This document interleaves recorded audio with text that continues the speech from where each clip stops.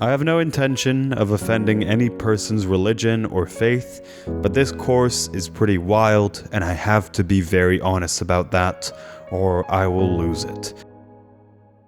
Hello, Father. I present myself to you in what I hope looks like a confession booth on camera. For I have sinned a great sin. For the past year of my life, I've been waking up in this very bed every morning, excited to go to work. But instead, I end up just looking at the back of my phone, where I have a bunch of pictures of minion butts. And I just end up staring at it for hours, Father. I just can't stop thinking about these delicious yellow minion buns, and I fear this might affect my work. Can you please send me some form of guidance? We want answers to, but aren't exactly sure where to turn. Registration is officially open. You can now register for the ultimate Bethany sex Beal course for single women. from Girl We are starting Defined. our Is that first you? session on talking about everything from God's amazing design for sex and intimacy to personal struggles, like if you have an addiction with porn, masturbation, erotica, dealing with shame and guilt, and Okay, just wait, looking at- Bethany, hold on a second. You don't need to keep selling me this course. I'm gonna do it. Girl Defined, they're a Christian sister duo, and they talk about Christian relationship stuff for Christians. A specific story where I was totally obsessed with this one guy. In fact, I remember seeing him for the first time, and then from that point on, he is all I thought about day and night. Yeah, that's called being horny.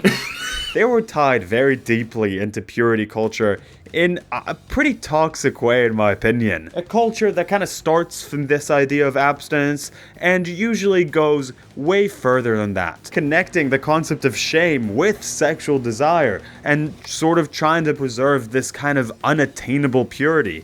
They were promoting books by Michael and Debbie Pearl, two evil demon people.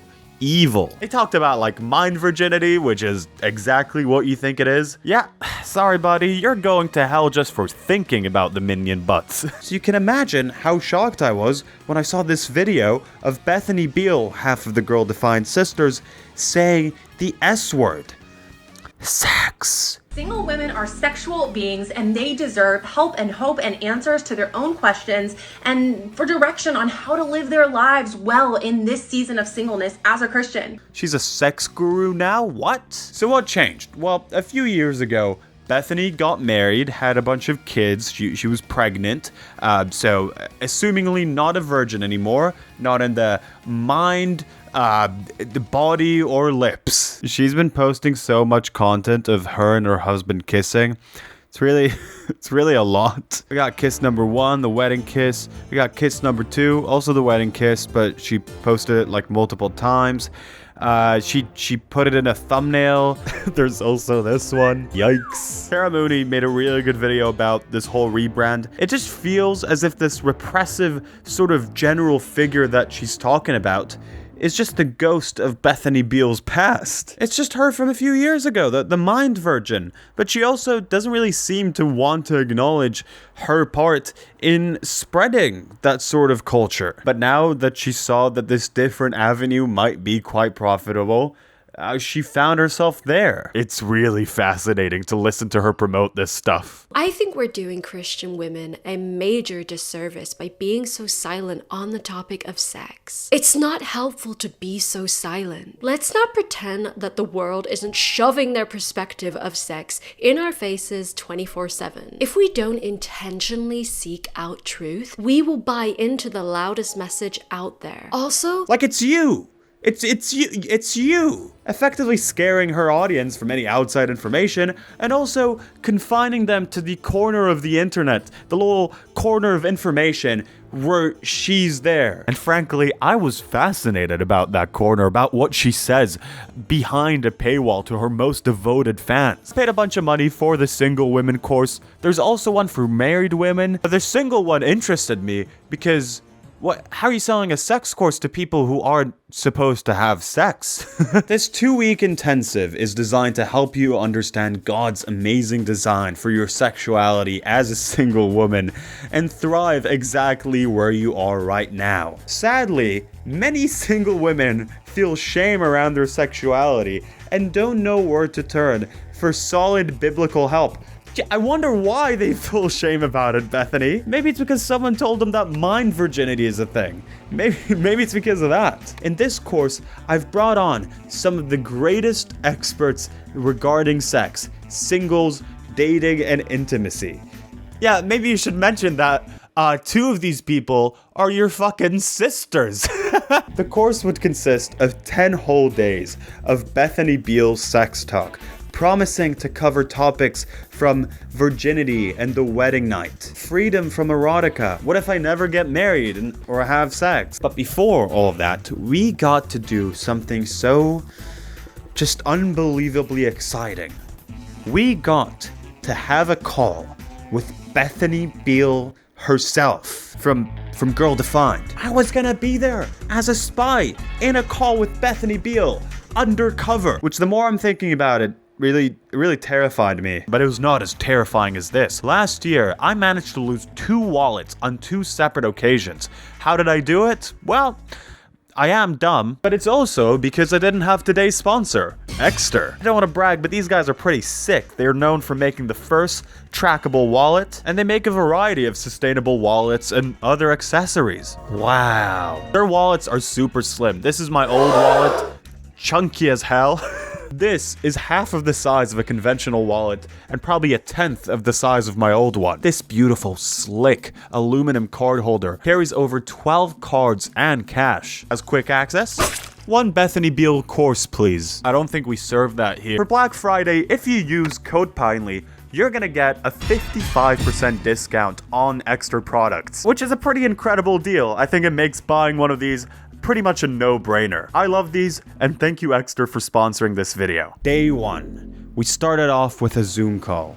It was like a secret spy mission. Part of me thought that I would join this course and it would just be like me and a bunch of other YouTubers and like various disguises and wigs. I'll look to my left, I'll see Cody Co with a big stupid hat. Look to my right, I'd see Chad with a fake mustache, and the whole thing would be called off immediately. I couldn't risk that. I had to investigate a lot of important information over here. Come on, guys. So I figured I'd have to observe this mission from a safe distance, from my bed, as my friend who's a woman just did the call for me.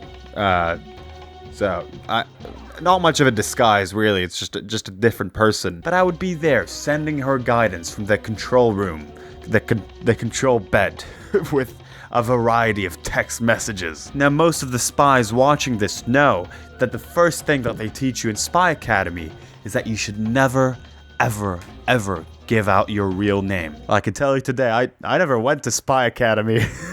I suck as a spy. I'm an idiot. When I signed up to the website, I fucking I just put in my real name. To be fair, it wasn't me. It was Google's autocomplete thing. But I saw it. I was like, yeah, it says it there. It says or.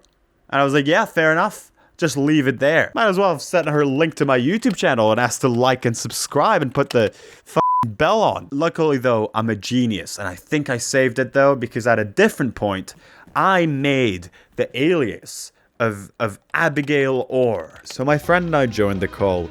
There were a lot of people there. It was somewhere in the tens of people, I think. And Bethany, my new mentor, was there as well. I'm super excited to see y'all here tonight. I would love to know just where you're coming from, like where you live, and maybe just share just a tiny bit about why you decided to do this course. We were prepared for a situation just like this one. Before the call, I created a whole character file about Abigail Orr that I gave to my secret agent. All about her struggles of being a single Christian woman in her 20s. Abigail from the UK, trying to work out feeling lonely in my 20s and find out more about how to have a godly relationship. Mackenzie. Hell yeah, we did some spy shit. She has quite the story, Abigail Orr. She was raised non-religious and then became religious later on. She used to date like a Jewish guy, fell in love with him, and she's not sure if that's like a sin or something. She's had sex before. Many things, many interesting things that it would be interesting to have Bethany give an answer for. But even right here, in the comfort of my own bed, I was too much of a chicken. I gave my secret agent the instruction to lay low. why? This isn't a real spy mission. We're thousands of miles away from Bethany. I was in my bed. What was she gonna do, strike me down with lightning? Part of it was also the fact that when these women that were taking the course started talking on video about their own problems, I felt like it would be a bit inappropriate for me to just kind of come like budging in with my fake bullshit story like a dumb YouTuber. Either way, it didn't really matter because Bethany wasn't really there to answer these things on camera. It was mainly just a space for people to share things. A lot of what this call did was strengthen Bethany's image as this great sex guru. I think you might have scared people away with the title. And I'm like, you know what? We have not had something like this for single women, and she made me feel as if this is it. I might finally be able to find my answer to this minion butt situation. We were becoming best of friends with Bethany. I wouldn't have been surprised if she invited me for a little game of Fortnite after this, you know? A little duo situation. She shared with us, her best friends, her own struggles about how she had to, and you're really not going to believe this, had to deal with the incredible, impossible, traumatic experience of marrying as a decrepit 30-year-old woman. My story of, being similar to y'all in thinking like I would get married at a certain time. And I don't know if any of you felt this way, but I just remember praying like, Lord, please don't return until I can get married. Like, I want to be with you in heaven, but I kind of want to get married first. I don't know if anyone has ever felt that way. It's the most normal thing you can do. I get that it's different for a lot of religious people, but like getting married in your 30s is the most normal thing you can do. I'm sorry, I don't think that that's like that crazy of a thing. I just want to give you all some hope, because sometimes we think like, oh, if I were just like around more people, or if I were just more outgoing, then it would happen for me. But I just want to tell you that I am extremely outgoing and very friendly and was not afraid of men and would talk to them very freely. And I was involved in a massive singles group at our church. I had like so many friends, and I had plenty of guy friends, and it just still wasn't like happening for me. So I had a lot of friends. I had so many friends. Even I, as the friend master, got married at 30. So for you, Pinely, you lonely little sack of shit, I wouldn't be surprised if you never get married.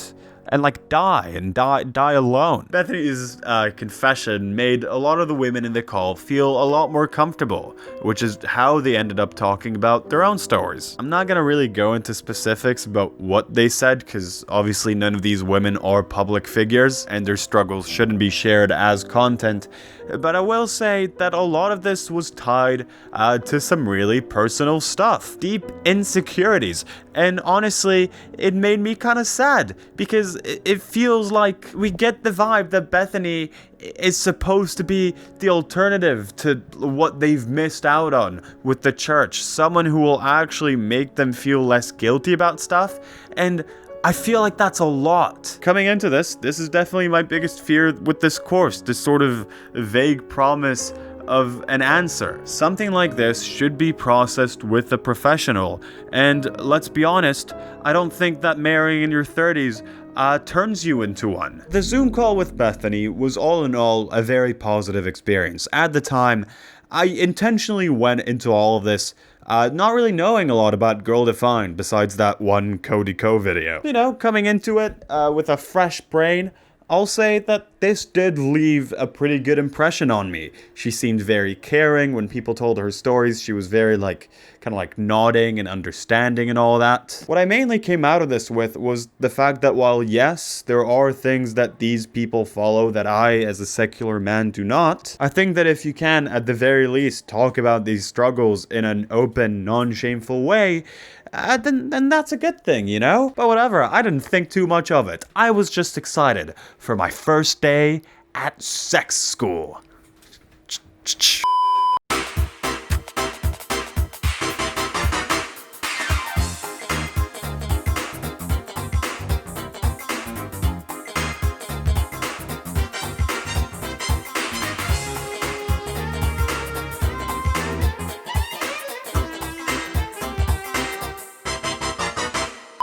I'm ready for my first day in sex school. I'm excited to meet all my classmates in sex school. Gonna be a great sexy time. I'm just excited to be here with you. This is going to absolutely transform your life if you let it. I know we're in session 1, so you're all pumped and you're like, here we go. I'm gonna fuck so much after this course. While the lesson was technically sick, it was not in the way in which I thought it would be. Less kickflip sick and more like twisted, kind of evil sick. We'll get into why in a bit. This lesson, like a lot of the lessons, started off with a prayer. I've never prayed in it like in a Christian way, not really in a Jewish way either. So I was incredibly confused as to what to do here. I didn't know if it would be like more disrespectful for me to like ignore it. Is it more disrespectful if I skip it? And obviously I couldn't just edit out what I ended up doing, because then I would be lying to you. The most disrespectful thing a guy can ever do. So I ended up going with the best and smartest choice out there, which was to just stare awkwardly at Bethany while having no idea what to do with my hands. God, thank you for today. Thank you for these women who are here and who are committed to putting themselves in this place of learning about sex and intimacy and sexuality. Smooth as always, Pinely, you handsome devil you. As this was the first lesson in this course, this was essentially an introduction to the world of sex, according to Bethany Beal.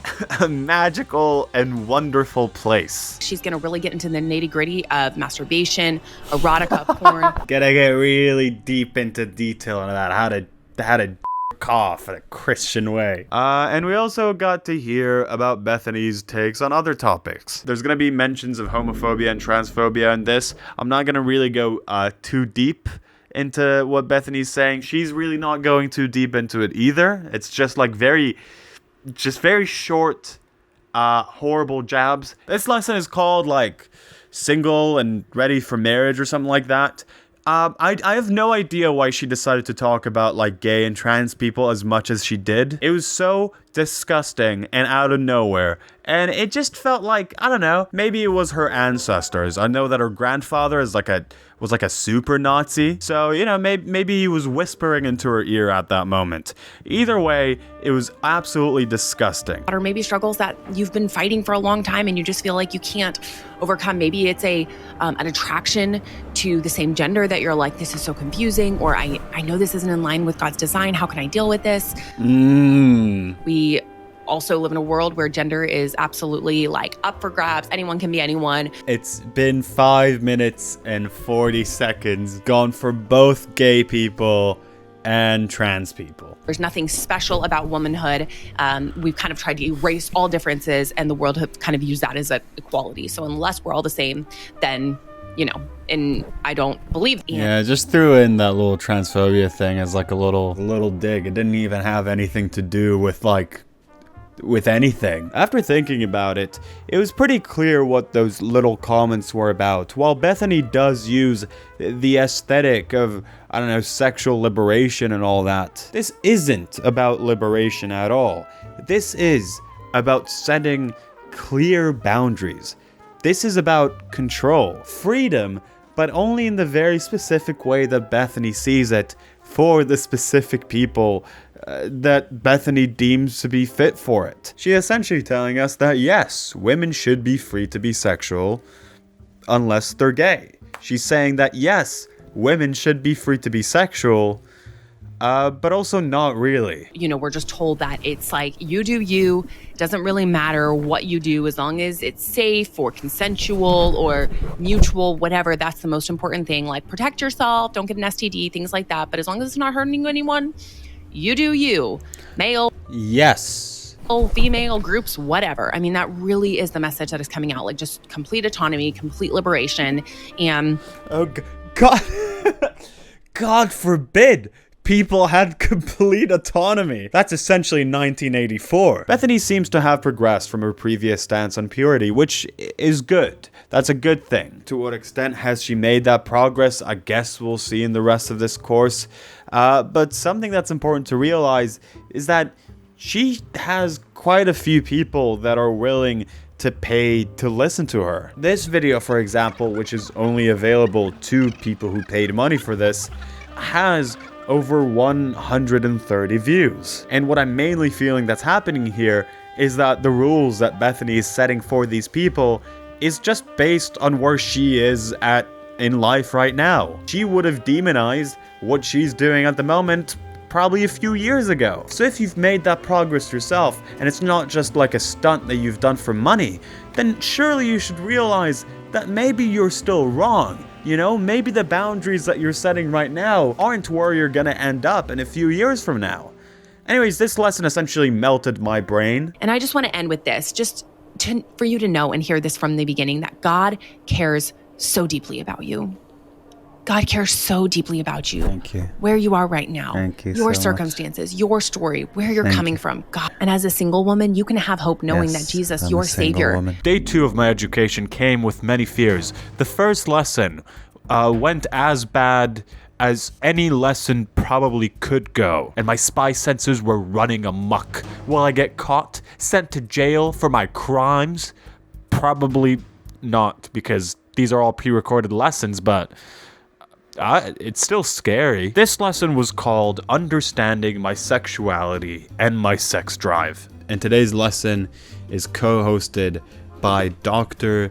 Julie Slattery. Dr. Julie Slattery is a Christian psychologist. She has a podcast/online ministry called Authentic Intimacy, which talks about essentially very similar subjects as the ones brought up in this course. Being a real therapist and not just a YouTuber does make her more equipped to talk about these subjects, which is a nice treat at a course like this. This lesson tackles a lot of the toxic ideas that are brought up in purity culture. All those conversations about singleness, I think, really help singles in the church to feel validated and seen and feel like there's nothing wrong with me. Like, I can be whole too. They talk about how women aren't just designed to be this thing that you marry. So would you say that a woman who never gets married, never experiences sexual intimacy, is it possible for her to live like a satisfied and thriving life?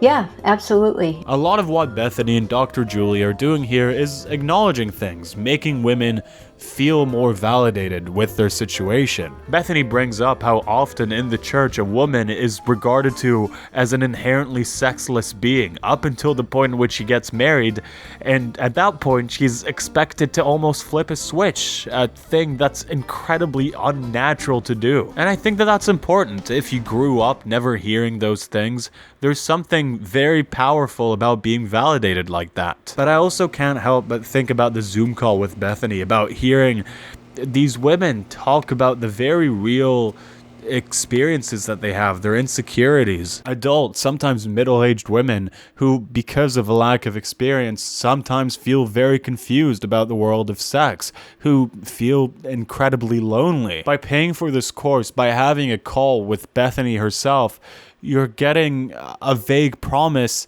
that these will be addressed or fixed to some extent. When we experience sexual desire, and I'm not just talking about like physical desire to have sex, but even the longings of, I want to share my life with somebody, like I'm lonely. You know, ultimately that ache that we might experience in our hearts is not about finding marriage. Ultimately, it's about finding who we are in God's love.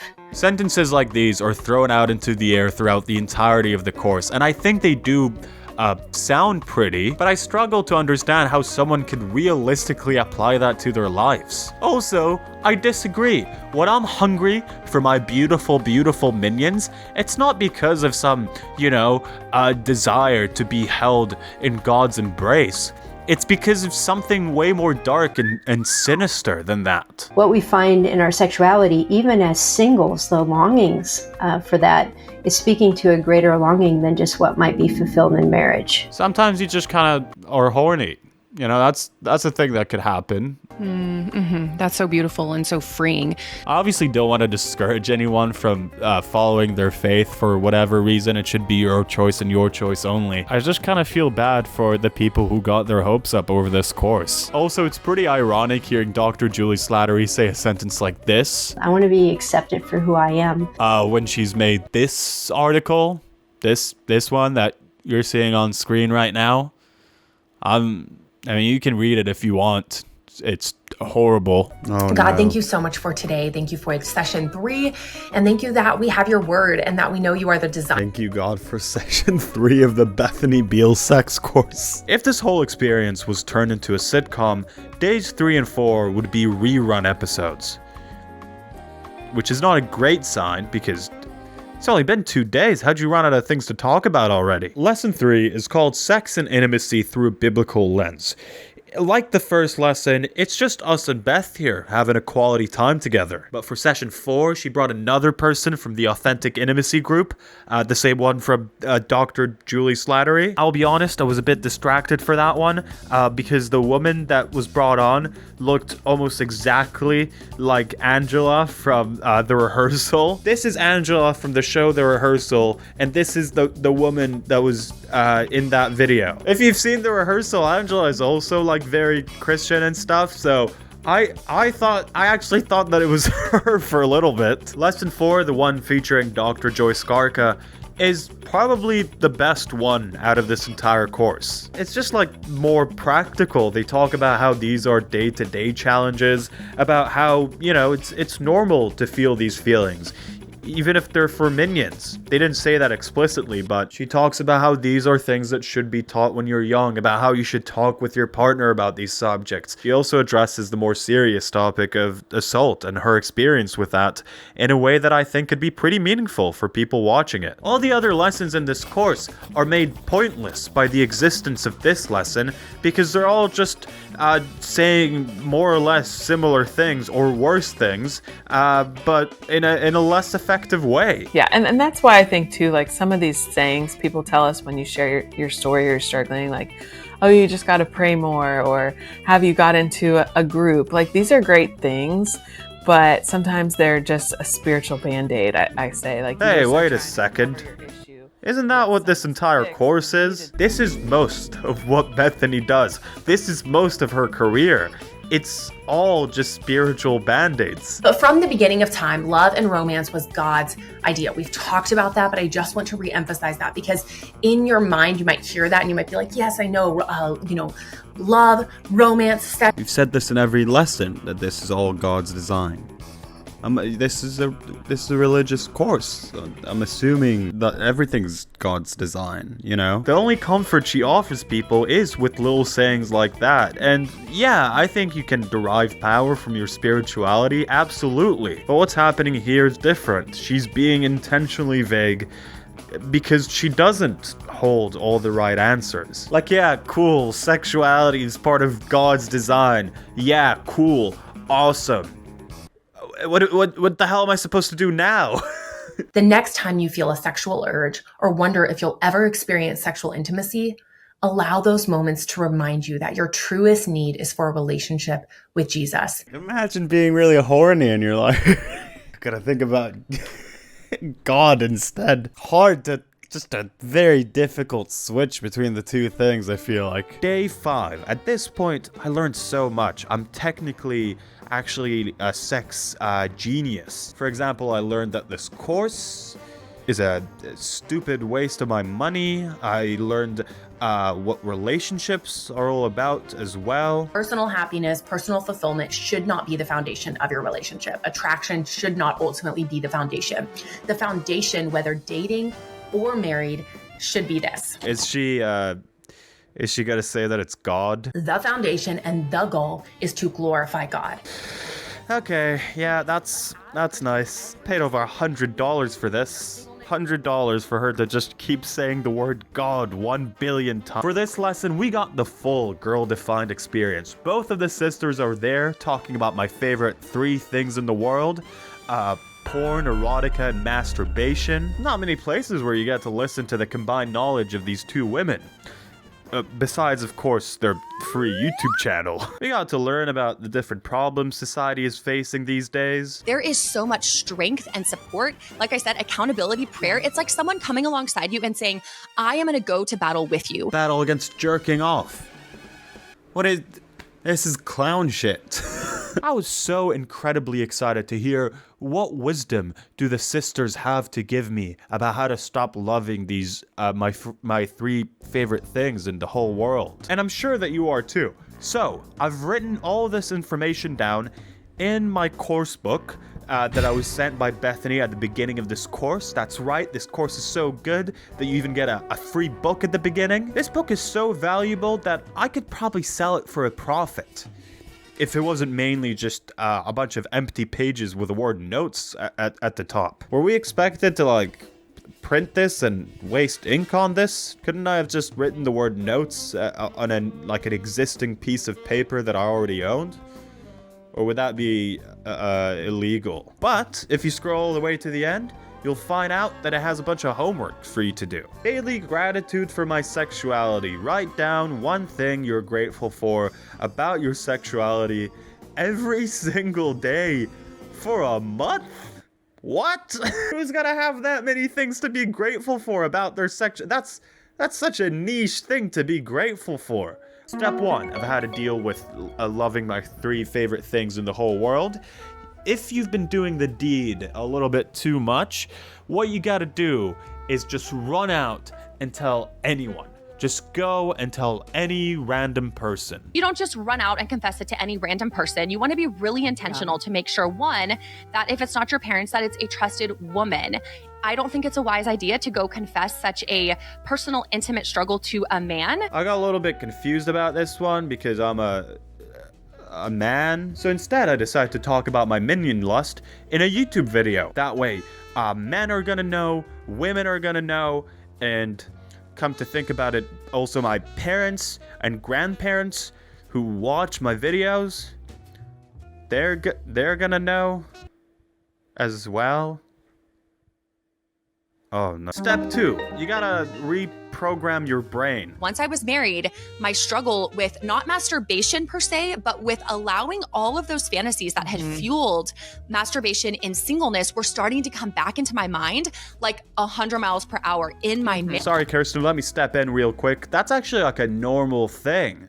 That's actually like a normal thing that humans do. That's actually like okay, actually. And I remember having moments of beautiful intimacy with my husband and then being bombarded by all of these thoughts that I had allowed to train my mind to stimulate my body with in my singleness. Hey, just stepping in again. That's actually just like the natural result of the sort of mentality that you've been profiting off of for the past 10 years, actually. And it's pretty weird that, you know, you're acting as if that's not something that you did. When you teach people to just repress, that's actually gonna lead to some bad It's pretty funny that this is the lesson that comes after the one where a person talks about how telling people to pray your feelings away is just a spiritual band-aid. Because... But I mean, I don't know if you want me to get into some of those steps, just like, you know, confessing that sin, praying passionately and persistently. Kirsten says that if you are suddenly having some urges, you know, some impure thoughts, what you gotta do is start reciting key passages from the Bible. A hilarious situation to think of. Memorizing key scriptures that you can call to mind in those moments of temptation. My God, Stuart, Bob, and Kevin. You know what? No. You can go fuck yourself. In the beginning, when God created the heavens and the earth was a formless void, and darkness covered the face of the deep, while a wind from God swept over the face of... Which one is it? Should my sexuality be embraced, or should I zap it out with a prayer? I don't know. Let's be as vague as possible so we can sell this course to as many people as we can. Step 4, read the guide, dummy. Bethany and Kirsten keep mentioning this guide that we need to read to get their full thesis on this subject. The guide on masturbation, it offers you like such good practical biblical steps. When I heard that, I was like, oof, a biblical guide on masturbation. Don't mind if I do. The guide on masturbation kind of helps with all of that just because the biblical principles and the steps to freedom are very similar. Yeah. I think it's safe to say we're gonna have one hell of a night after this video. I just gotta go find this guide. Masturbation is something that I struggled with for years as a single woman. And for me, it was very much lust-fueled, fantasy-driven. I knew in my heart as a Christian woman that it wasn't honoring to God, it didn't bring glory to God. I'm starting to think that this might be a guide on how to not do it. You gotta love the rest of their posts. The size of your butt does not determine the value of your worth. I mean, yeah. The boob pics will get you attention. Yeah, I guess so. Oh my god, the PDF costs money. What?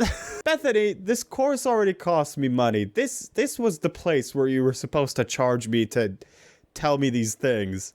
You can't just send me to goddamn PDF. PDF, best-selling PDFs. So we have those 3 PDFs, 2 PDF guides. We have another PDF. During lesson 3, Bethany was like promoting her book for the first time during this, and I wrote this in my notes. Plugs her book.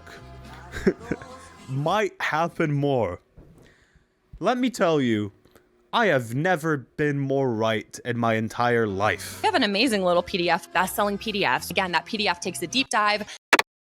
Dear Diary, it's been about a week of me living my new life as a man pretending to be a single Christian woman for a YouTube video. I may have been struggling at first, but I feel like I'm starting to get used to this routine. You start your day with a little prayer.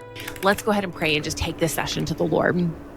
God, I thank you for the single women who are here. They desire to know you more. Your teacher, in order to make you feel like you can open up, decides to share an intimate story from her life. A lot of you heard it kind of in the beginning, but I'm going to go into a little bit more depth. Oh God, I wonder what she's going to say. Is she going to say again that she got married at 30? So a lot of you know I got married at 30. I'm 34 now. Oh, look everybody. She got married at 30. She got married at 30, everyone. This is actually the 1 millionth time that your mentor decided to share this piece of information, and it might seem like you're losing it. Yeah. So I got married at 30, and you hear again how it's natural to have certain desires because God made you that way. This beautiful gift that God has given us, and here are all the ways that sex can take place. But it's actually not okay, because if you actually act upon these feelings, you're gonna have to burn in a place. So you're like, okay, I guess I gotta stop these thoughts somehow. Maybe by reading one of Bethany Beal's many incredible books. But if you say, hey girls, I found this book, it'd be really good for us to have this chat. I like I said, I like to do that at bridal showers and road trips and quote unquote bachelorette parties. There's really nothing more exciting than reading a YouTuber book about Christian sex at your bachelorette party. I really can't recommend it enough. Everyone in sex school seems to really like each other. you are someone I have personally admired.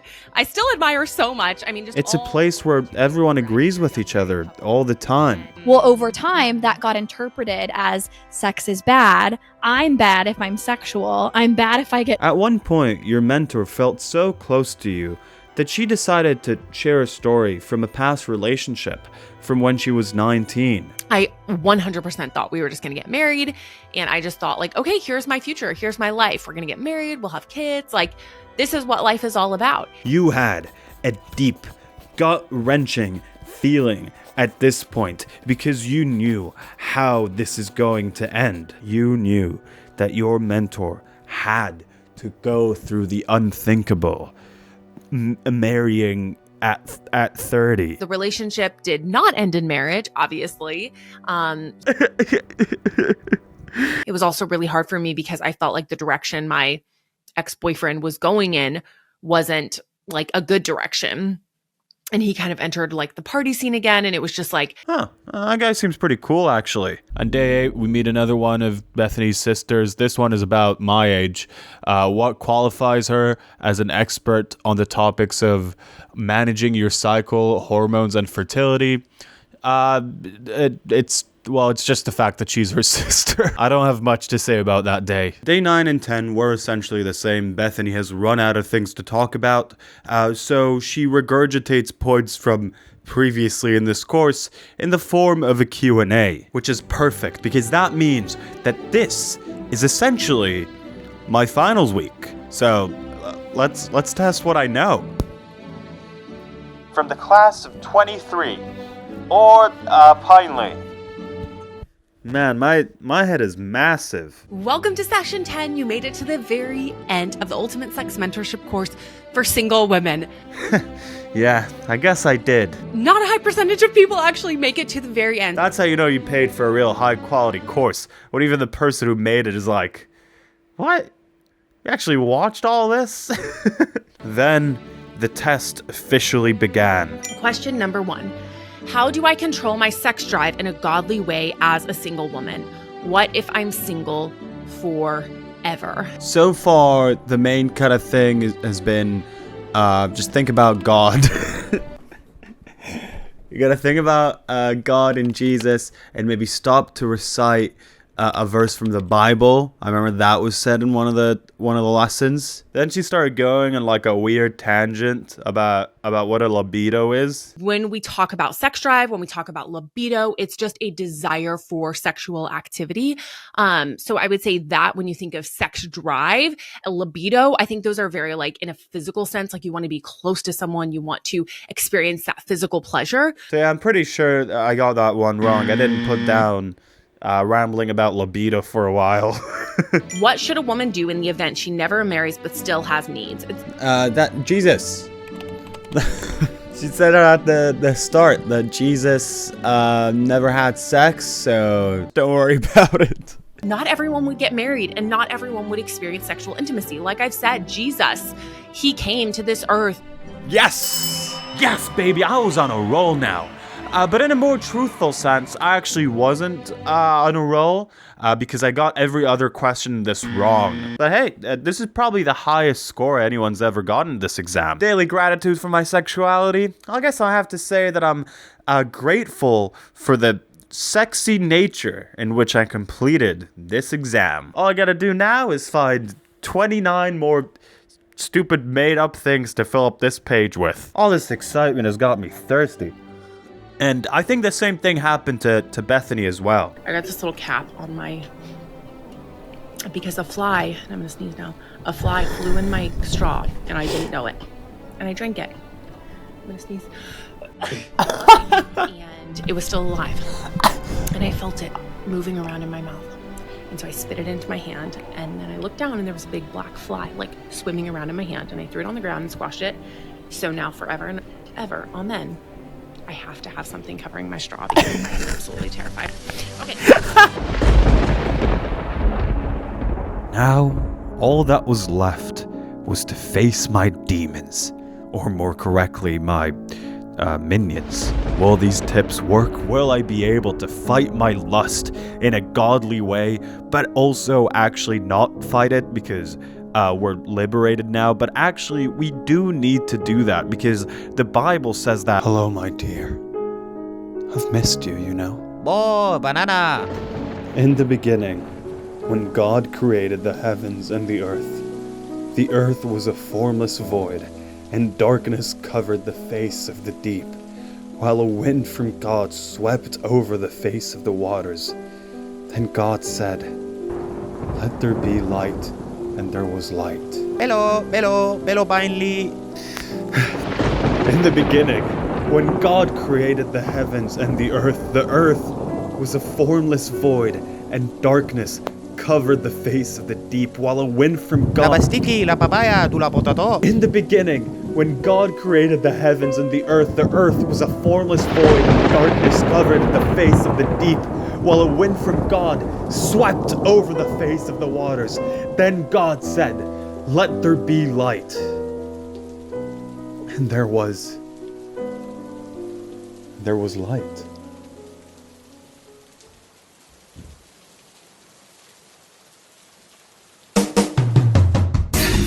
I guess that didn't work. Subscribe?